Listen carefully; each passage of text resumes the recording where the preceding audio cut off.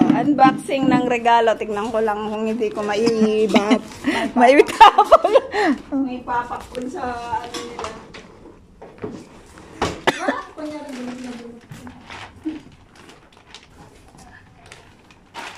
Unboxing daw, unboxing. Alam ko. Maniwala naman akong HP to. Relo.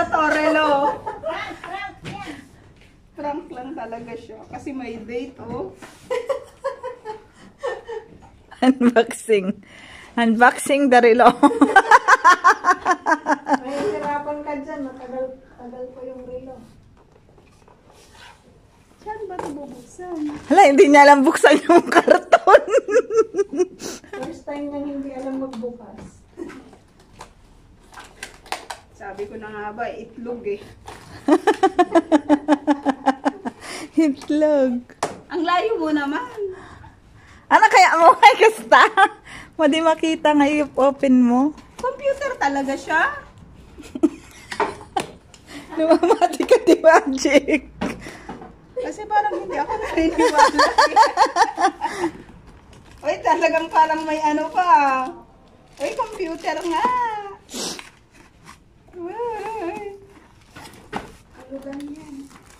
Wow. 3 years to pay. Computer nga ang regalo nila sa akin. Hindi yan regalo. Ay, makikita mo yung ano dyan. yung installment. May installment na. Delikado siya. Wow! Ay, ala. Sana all! Installment yan. 3 years to pay. Wow! Wow, talaga, HP. Mag-aral kang mabuti. Totoo ba to? Plastic lang to. Oo, totoo yan. Ano kaya to? Alam mo naman ang mga yan, nagpa-prank sa akin. Totoo yan, oh. Hindi yan totoo. Hindi yan totoo. Ala, plastic! Ala, thank you! May babayaran na ako! Thank you! 3 years to pay. Magkano yan? Mura lang yan. Andun, may resibo dyan, ah. Wala, nasa cellphone mo yung resibo.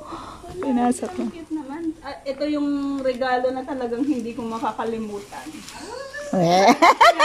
Kunyari ka. Sinabi mo na mga Ay, wag kang ano Ang hindi ko na iuwi yung computer ng church. May sarili na akong Maganda computer. yung kulay. Ah? Maganda yung kulay mo. Ilang gigabytes Bagay to? sa'yo kasi di ba malinis ka? Oo. Ito din yung ano niya, oh. Yung, meron ka pang isang ano, regalo. Yung unbox mo. Ito? Mouse niya. Ayan, oh, mouse niya. Mouse din. Oh, yung kape mo. Apa yung Lenovo, Mike? Hindi yan daw yung pinaka maganda. Kumpara sa presyo at saka yung kalidad ng mouse. Kasi meron din dong HP, meron ding Ng church, maganda yun. Ganyan yung Logitech, Pastora. Kaya lang wala kasi yung kulay na Sabihin ano, ko kay Lola. kulay na babagay dyan sa laptop. Hindi yan. Hindi yan Pwedeng ibalik ko na lang yung pinabili mo yung apple cider vinegar. Bili ka na ulit. Ano yan sa church? Kaya nga, bili ka na lang. Balik ko lang yung...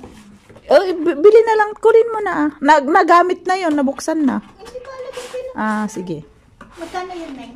Hindi ko alam ate, nandun sa resibo. Basta 100 yung ano, i-refund mo, hindi pa. Ay, ang galing naman. Ay, gagamitin na. Ilang gigabytes to? Next time na lang ate, tanungin natin kung magkano doon. Next time. Yata yan eh, mga 45, ganyan. Tanungin ko na lang O doon. 50 na lang. Tanungin ko na lang doon pag ano, bumili ako. Yung ko na yun. Uy, yabit mo na. Paggabi, lagi akong nagsasalat. Ito yung ginagamit ko. Masarap sa salad, ano? Saka Manamis nakakasarap tamis. agad. Si Pastora din, kailangan niya ng ganyan. Bumili na ako. Maganda yung ganyan kasi yung salad masarap. Oo. Yung matamis na. Parang yung lemon kasi, ano, nagpapait. At saka ano yun sa yung limon sa akin parang hindi maasim. Parang laging may maasim na lumalabas. Hindi, tsaka hindi masarap ang salad, ano, pag masarap. Mas gusto ko 'yon. Oh. Talaga kompleto. Manamis May pentel pen pa. Hindi hindi.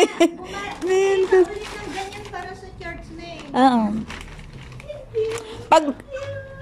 Pag na-refund yung yung sabi ng bili ko, ibigay mo. Hindi yung yung mga binili ko kanina. I-refund mo na para hindi mo kalimutan. Hindi, wala pa naman ng next week. Next week.